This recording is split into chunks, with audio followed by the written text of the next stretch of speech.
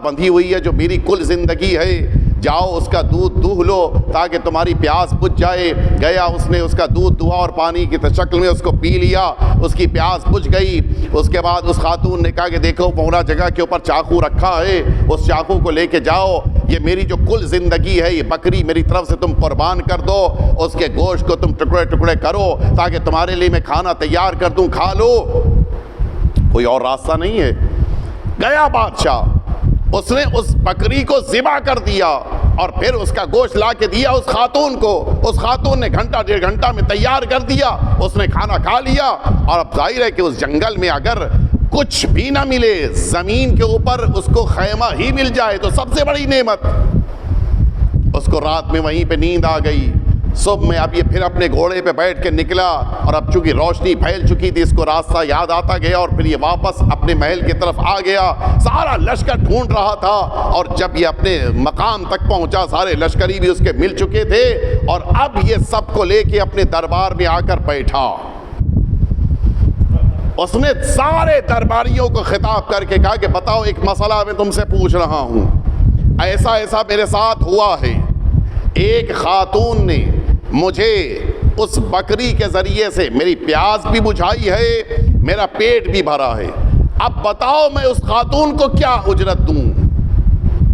کسی نے کہا کہ اس نے ایک بکری قربان کی ہے، آپ بھی ایک بکری اس کو دے دیجئے۔ کسی اور نے کہا نہیں، ایک بکری اس کا حق نہیں ادا کر پائے گی، اس کو مثلاً 100 بکریاں دے دیجئے۔ کسی نے کہا کہ نہیں، مثلاً اس کو اپنی مملکت کا ایک ٹکڑا دے دیجئے۔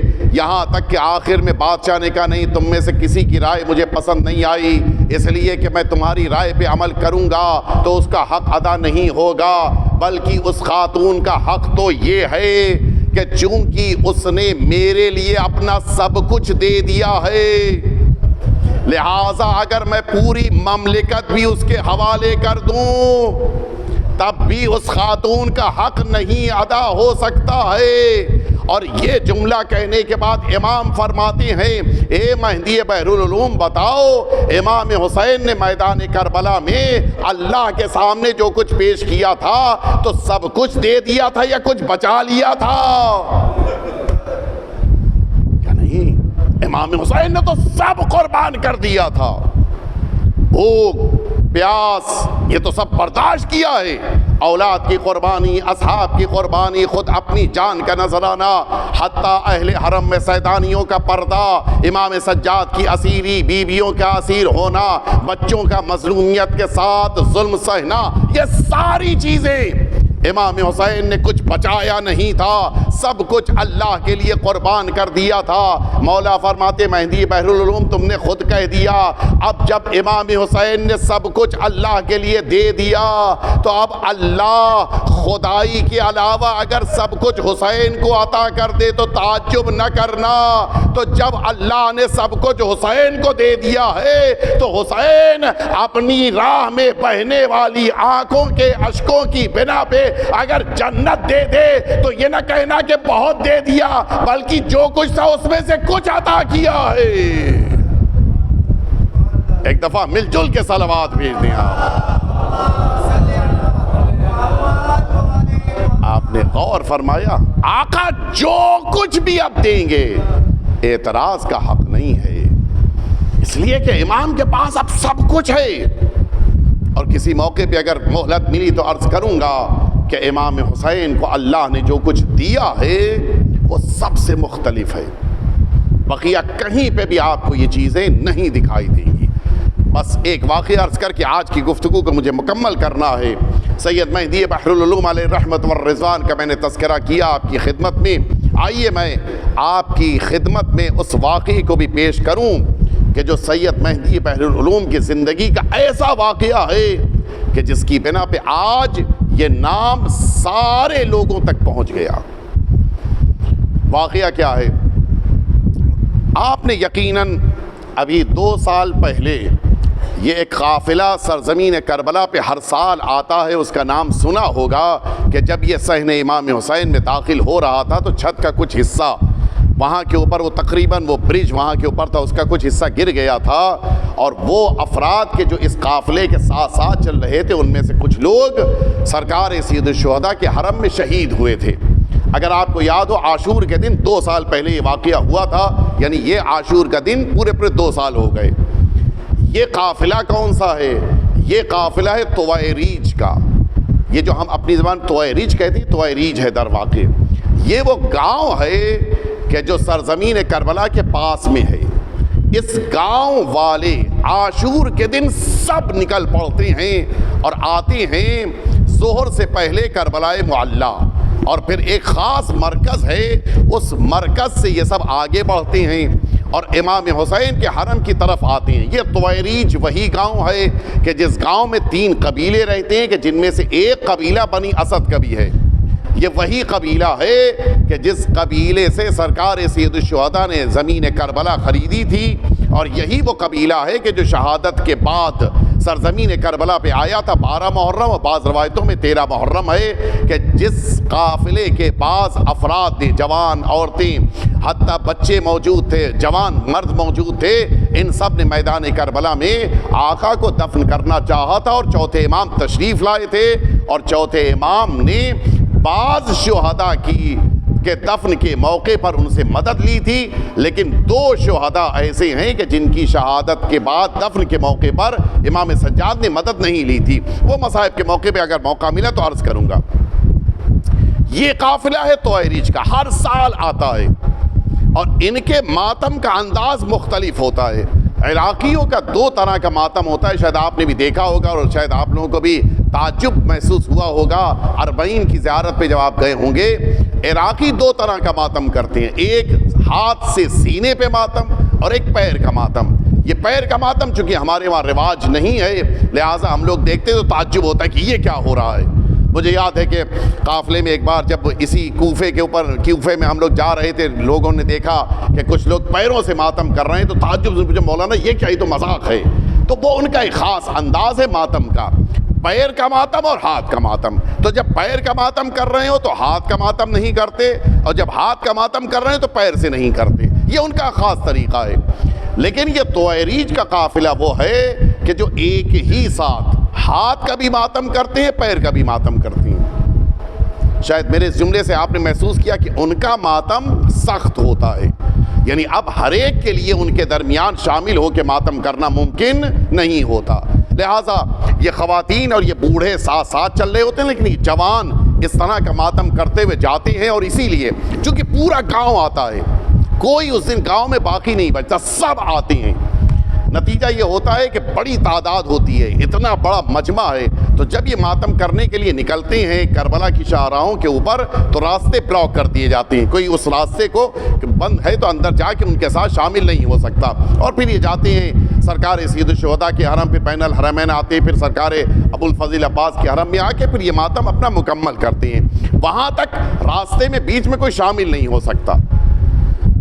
یہ بیک گراؤنڈ میں نے آپ کی خدمت میں عرض کیا۔ اب آئیے وہ آخری جملہ بھی اس سلسلے کا عرض کر دوں۔ عراقیوں کے وہاں اس ماتم کی اور ان لوگوں کی بڑی اہمیت ہے۔ یہ عراقی اس طویریج کے قافلے میں ماتم کرنے والوں کے پیروں کی خاک کو اپنے پاس سنبھال کے رکھتے ہیں، اور اکثر عراقی وہ ہیں کہ جو اپنے کفن میں ساتھ لے کے جاتے ہیں۔ ان کی نگاہ میں ان ماتم داروں کی خاک کی اتنی اہمیت ہے۔ یعنی مجھے یاد ہے کہ میرے ایک دوست نے یہی طویریج کے قافلے سے جو ان کے قدموں کی خاک ہے وہ مجھے بطور ہدیہ دیا تھا، میرے پاس موجود ہے۔ یعنی ان کی نگاہ میں اس کی اتنی اہمیت ہے۔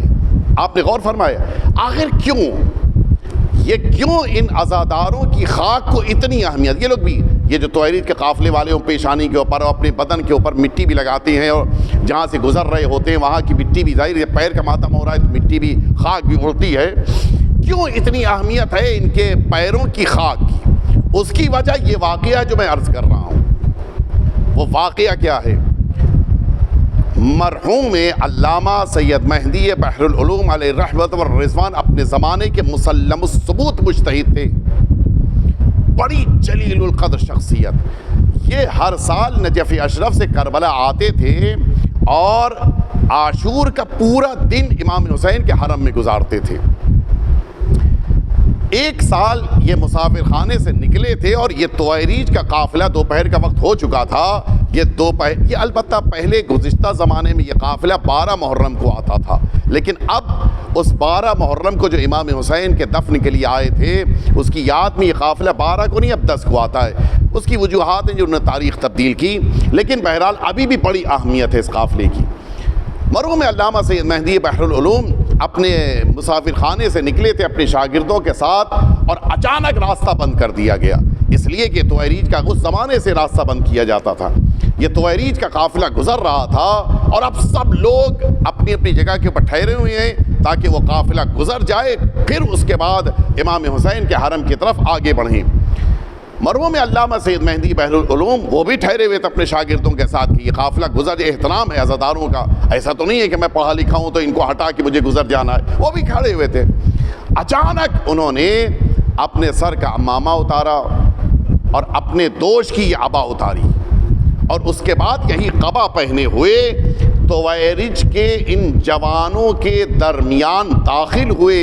اور جس طرح سے وہ جوان ماتم کر رہے تھے، وہ 70-75 سال کے بوڑھے مجتہد وہ ان کے بیچ ویسے ہی ماتم کرنے لگے، پیر اور ہاتھ دونوں کا ماتم، چونکہ خود عراقی تھے لحاظ جانتے تھے دونوں کا ماتم. اب وہ جب ماتم کر رہے ہیں تو ایک عجیب منظر، ایک بوڑھا انسان، وہ بھی ایک مجتہد کہ جس کو سب جانتے ہیں، ایسا بوڑھا انسان اتنی زور شور سے ماتم کر رہا ہے. سب کو بڑی حیرت، خاص طور سے جو شاگرد ساتھ میں تھے وہ بھی بڑی حیرت سے تعجب سے دیکھ رہے ہیں یہ ہوا کیا ہمارے استاد کو. گرے پڑ رہے ہیں، پھر اٹھ رہے ہیں، پھر ماتم کر رہے ہیں، پھر گر رہے ہیں، پھر ماتم کر رہے ہیں. ایک عجیب منظر تھا اور مجمع ہے کہ دہاڑے مار مار کے رو رہا تھا. کچھ دیر کے بعد یہ قافلہ آگے بڑھا اور مرحوم علامہ سید مہدی بحر العلوم کنارے ہٹے. یہ شاگرد دوڑ کے ان تک پہنچے اور پھر ان کو سنبھالا، ان کا ماما انہیں دیا، ان کی عبا ان کو دی، انہوں نے پہنی. ان شاگردوں نے کہا کہ استاد آپ کا یہ انداز اچھا نہیں تھا، اس لیے کہ اس عمر میں اس طرح کا ماتم نہیں کیا جاتا، اس عمر کے ماتم کے تقاضے الگ ہوتے ہیں، آپ نے اس عمر میں ہونے کے باوجود اس طرح سے ماتم کیا. جواب سنیں گے مرحوم علامہ. اس سے پتہ چلا کہ کیوں یہ عراقی ان طویریج کے قافلے کے پیروں کے خاک کو جمع کرتے ہیں. کہ میں جب انتظار کر رہا تھا کہ یہ قافلہ گزر جائے، میں نے اچانک دیکھا کہ زہرا کا لاڈلا وارث حسین، ہمارے زمانے کے آقا اور مولا، اس قافلے میں ان عزاداروں کے ساتھ اسی انداز میں ماتم کرتے ہوئے آگے بڑھ رہے تھے. میں نے جب امام کو ماتم کرتے ہوئے دیکھا میں اپنے اوپر قابو نہیں رکھ پایا کہ جب زہرا کا لاڈلا اس طرح سے ماتم کر رہا ہے، جب حسین کا وارث اس طرح سے ماتم کر رہا ہے، میں کنارے کھڑے رہوں اور ماتم نہ کروں، میں صبر نہیں کر سکا. اور پھر میں نے بھی جا کے امام کے ساتھ اسی انداز میں ماتم کرنا شروع کر دیا. ہاں آپ نے سنا، نہ جانے کس عزادار کے قافلے میں، نہ جانے کس انجمن کے ساتھ، نہ جانے کس فرش عزا پہ کس مومن کے بغل میں بیٹھ کر وہ زہرا کا لاڈلا بھی ماتم کر رہا ہو، وہ بھی آنکھوں سے اشک بہا رہے ہوں، وہ بھی سینہ زنی کر رہے ہوں اور اپنے جد کے لیے گریہ کر رہے ہوں. ہمیں نہیں پتا ہے، لہذا ان عزاداروں کے ساتھ ماتم کیجئے، فرش عزا پہ بیٹھ کے گریہ کیجئے اور اپنے ایمان کا ثبوت دیجئے. ہاں آقا، ہم بھی آپ کے ساتھ کھڑے ہو کے ماتم کرنا چاہتے ہیں. مولا ہمارا بھی دل چاہتا ہے کہ اس فرش عزا پہ بیٹھیں کہ جہاں پہ آپ بیٹھ کے اپنے جد کا ماتم کر رہے ہیں. ہم بھی چاہتے ہیں کہ آپ کے جد کے لیے گریہ کریں تو اس موقع کے اوپر آپ بھی وہاں پر موجود ہوں. لیکن ایک جملہ کہنے کو دل چاہتا ہے، آقا کربلا کے واقعات کو سن کر آپ اتنا تڑپ رہے ہیں، آپ اتنا مضطرب ہیں، ذرا میدان کربلا میں آ کر دیکھیے، اس حسین کے دل سے پوچھئے جس نے اپنے جگر کے ٹکڑوں کو اپنے ہاتھوں سے اٹھایا ہے، وہ حسین کہ جس نے صبح عاشور سے لے کے عصر عاشور تک مسلسل میدان کربلا میں جنازے اٹھائے ہیں. اور ایک جملہ اور سنتے جائیے، وہ امتحان جو میدان کربلا میں امام حسین نے دیا ہے وہ بہت سخت ہے، لیکن اس سے زیادہ سخت وہ امتحان ہے جو میدان کربلا میں عصر عاشور کے بعد سجاد سید سجاد نے دیا ہے، اس لیے کہ امام حسین نے وہ امتحان دیا ہے جو شہادتوں کا امتحان ہے۔ سارے اہل بیت اطہار اس امتحان کے مرحلے سے گزرے ہیں، لیکن سجاد نے وہ امتحان دیا کہ جو اسیری کا امتحان، جو اہل حرم کی بے پردگی کا امتحان، جو سیدانیوں کے سر کے پردے کا امتحان۔ کوئی سید سجاد کے دل سے پوچھے کیسے میرے آقا نے صبر کیا ہوگا؟ یہی وجہ ہے جب یہ قافلہ 11 محرم کو آگے بڑھ رہا تھا، سید سجاد ناقے کی بلندی پہ بیٹھے ہوئے، اب جو نظر اٹھی کسی ناقے پہ زینب علیہ مقام ہے، کسی پہ ام کلثوم ہے، کسی پہ ام فروا بیٹھی ہے، کسی پہ ام لیلہ ہے، سارے ناقوں پر سید سجاد کی نظر اب جو اچانک ایک ناقے پہ سید سجاد کی نظر پڑی، 4 سالہ سکینہ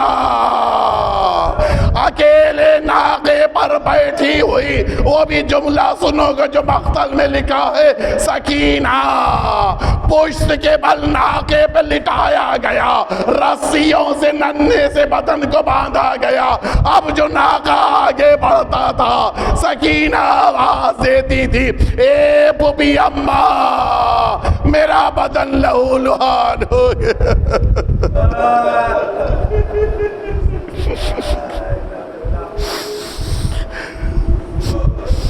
الا لعنت اللہ علی القوم الظالمین وسیعلم الذین ظلموا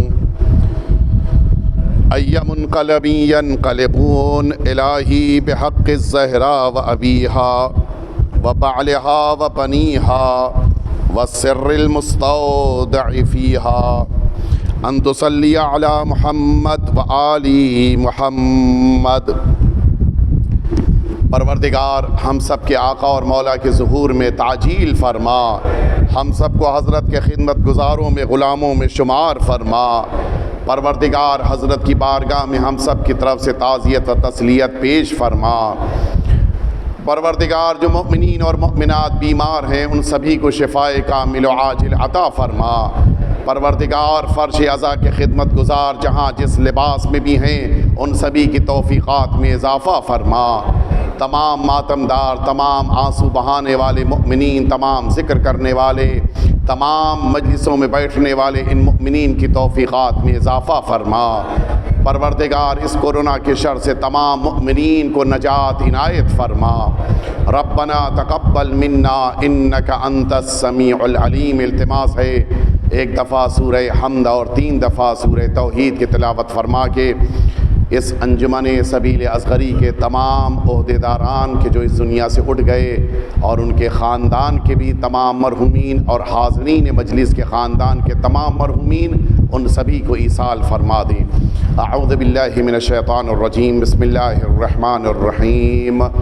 الحمدللہ رب العالمین الرحمن الرحیم مالک یوم الدین ایاک نعبد و ایاک نستعین اهدنا الصراط المستقیم صراط الذین انعمت علیہم غیر المغضوب علیہم ولا الضالین۔ بسم اللہ الرحمن الرحیم۔ قل هو اللہ احد اللہ الصمد لم یلد ولم یولد ولم یکن له کفوا احد۔ بسم اللہ الرحمن الرحیم۔ قل هو اللہ احد اللہ الصمد لم یلد ولم یولد ولم یکن له کفوا احد۔ بسم اللہ الرحمن الرحیم۔ قل هو اللہ احد اللہ الصمد لم یلد ولم یولد ولم یکن له کفوا احد۔ اللہم صل علی محمد و آل محمد وعجل فرجہم۔